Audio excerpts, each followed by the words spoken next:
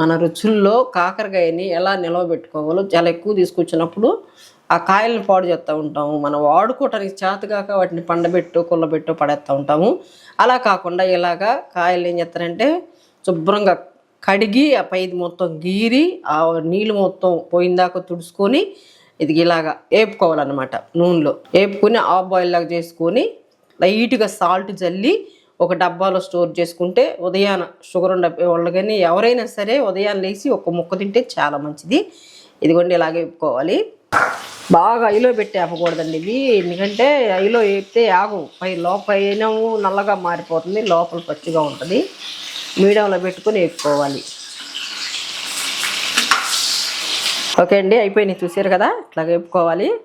ఇలా వేపుకొని స్టోర్ చేసుకుంటే నెల రోజుల దాకా ఉంటాయి. ఉదయాన్నే లేచి పెరగడుపున ఒక ముక్క తింటే చాలా మన బాడీకి హెల్త్కి మంచిది.